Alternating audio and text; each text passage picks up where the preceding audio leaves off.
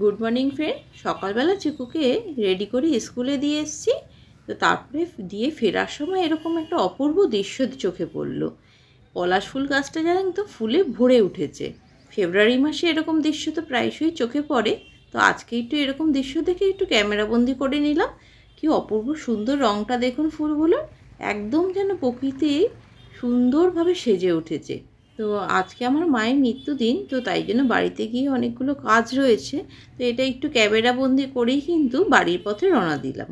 বাড়িতে এসে কিন্তু ঝটপট কাজে হাত লাগাতে হয়েছে। তো চটপট কিছু ভাজা করে নিয়েছি, আলু ভাজা, কুমড়ো ভাজা, কাঁচকলা ভাজা। আর এদিকে কিন্তু পায়েসের দুধটা বসিয়ে দিয়েছি একটু ঘন করার জন্য। ফুটে উঠেছে, আরও সময় লাগবে, এটা একটু ক্ষীর হবে। তো সেই কারণে ফুটতে একটু সময় লাগবে। আর এইদিকে কিন্তু আরেকটা কড়াইতে বেগুন ভাজাটা বসিয়ে দিয়েছি। তো বেগুন ভাজাটা হয়ে গেলে আরও কটা ভাজা আছে, সেটা একটু ভেজে নিতে হবে। তো একাই হাতেই এগুলো সামলে নিতে হয়। আবার আজকে কিন্তু সকালে কাজের দিদিও আসেনি, তো যার জন্য কাজটা কিন্তু একটু বেড়ে গেছিলো, যার জন্য সময়ও লেগেছে, একটু দেরিও হয়ে গেছে এদিকে আসতে। তো এটা করেই এসেছি। তারপরে কিন্তু বেগুন ভাজাটা একটু ঢাকা দিয়ে দিচ্ছি।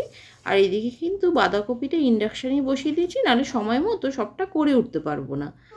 তো বাঁধাকপিটাকে প্রেশারে বসিয়ে নিয়েছি একটু তাড়াতাড়ি করার জন্য, না হলে কিন্তু সময় মতো করে উঠতে পারবো না। এদিকে পায়েসটাও কিন্তু রেডি হয়ে গেছে, নিভিয়ে দিয়েছি। আর এদিকে ভাজার পরে খিচুড়িটা বসিয়ে দিয়েছি। খিচুড়িটা প্রায় ফুটে উঠেছে। তো এইভাবেই কিন্তু আজকে খুব ঝটপট করে নিতে হচ্ছে। আমার এখানে কিন্তু দুটোই গ্যাসের ওভেন আর প্লাস একটা ইন্ডাকশান থাকে।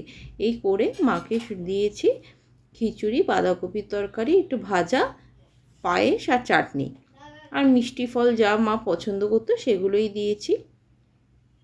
এগুলো শুধু একটু মনের আশায় দিই, মনটা ভালো লাগে বলে, তাছাড়া আর কিছুই না। তো চিকু হওয়ার আগেই দিদা দাদু দুজনেই মারা গেছিলো। তো সেই কারণেই চিকু কিন্তু কখনো দেখেনি, যা দেখেছে ফটোতেই দেখেছে।